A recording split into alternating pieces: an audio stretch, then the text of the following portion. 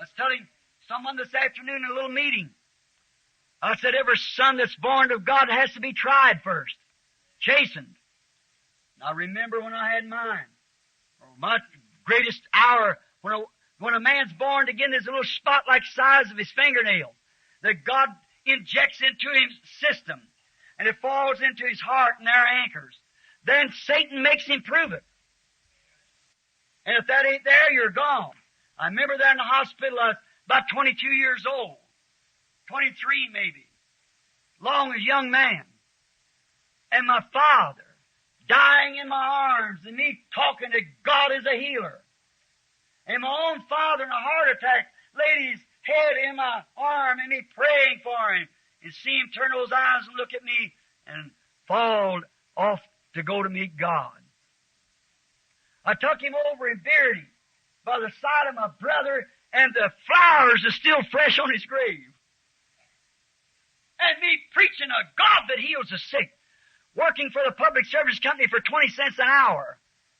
And my wife working out here at your shirt factory to help us make a living for a little 18-month-old boy, Billy Paul, and an 8-month-old child that she was packing. I've seen Sister Wilson nod her head. She remembers that. Roy Slaughter and some of the old-timers. What did I do? Walk the streets with a sandwich in my hand, come down off the pole, and testifying to everybody come by about the love of Jesus Christ. Go to the garage and ask them if I could use it to talk to the mechanics. Go in there and say, man, have you ever been saved yet? I found something in my heart. Go into grocery stores at nighttime. Come home at 2 or 3 o'clock in the morning from making sick calls all night long. Couldn't just sit down, change and put on my work clothes and sit there in a chair and rest till daylight, get up and go. And so thin from fasting and praying till I had to pray. They'd put my spurs on to get up a pole. Preaching. And preaching, God was great. God was mercy. God was love to the people. And here, my daddy dying on my arms and my brother died, was killed while I was standing in the pulpit down here at this little colored Pentecostal church preaching. Come told me your brother was killed up on the highway. Your car hit him and killed him. His own brother's blood dripping off his shirt where he picked him up on the highway. Right after I buried him, my daddy died. Then there lay my wife out there, and I come over here at this tabernacle from off this where his platform stands, told the people 6 months before it happened, there'll come a flood, and I seen an angel take a rod and measure 22 feet over Spring Street. Sandy Davis and them sitting here left says only about 8 or 10 inches in 1884. Boy, what's talking to you? I said, it'll be because I seen one of them trances, and they told me so, and it'll be there. And there's a mark on Spring Street today of 22 feet of water. I said, I rode over the top of this tabernacle in a boat, and I did. During that time, my wife got sick. I prayed for her, and I come to the tabernacle. There's people waiting on me. I said, she's dying. Oh, it's just your wife. I said, she's dying. I went over there and prayed and prayed and prayed, and I hold my hands out, and she took hold of my hand. She said, Billy, I'll meet you in the morning. Stand over there. Said, get the kiddies together and meet me at the gate. I said, just start hollering, Bill, I'll be there. And she went out. I laid her down there in the morgue. Went up home to lay down, and when I did, little Billy Paul was standing, Miss Broy and them, so sick the doctor expected to die at any time. Me praying for Billy, and here come Brother Frank got me, said, your baby's dying. The little girl. I went out to the hospital, and Dr. Adair wouldn't let me go in, said, she got meningitis, you take it back to Billy Paul.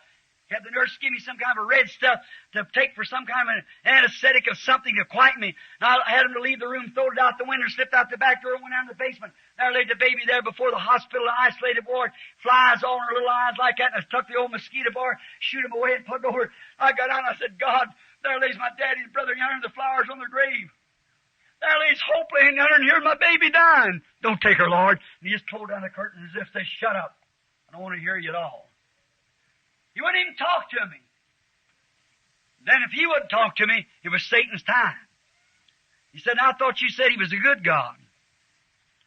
What's all this you're hollering about? You're just a boy. Look around over the city. Every girl and every boy you ever social with think you've lost your mind. You have. Now, he couldn't tell me there's no God because I'd already seen it. But he told me he didn't care for me.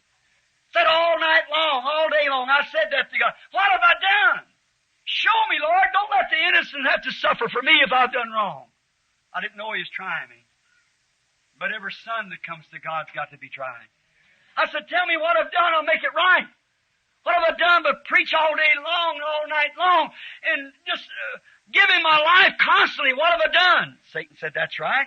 And you see now when it comes to you, and you've told all of them that you believe that He's a great healer, and there lays your baby laying there dying. He refused it even. Your wife died with tuberculosis pneumonia. You said He could heal cancers, and there He is. Now you talk about Him being good, and how good He is to people. What about you? Then I begin to listen to Him. That's reasoning. I thought, that's right.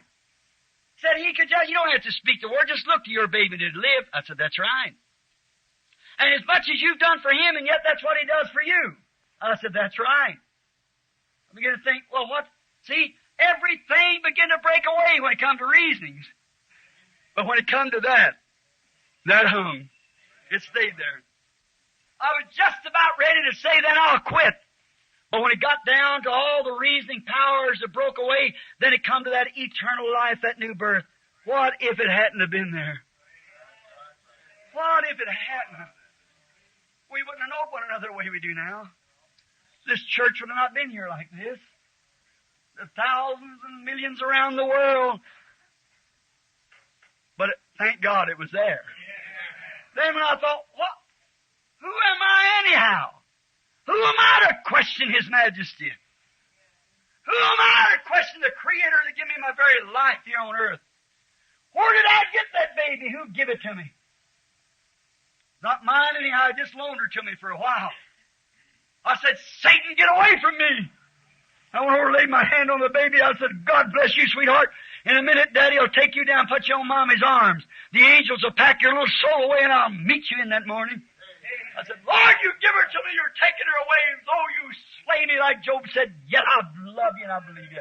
If you send me to hell, I love you anyhow. I can't get away from that. There you are.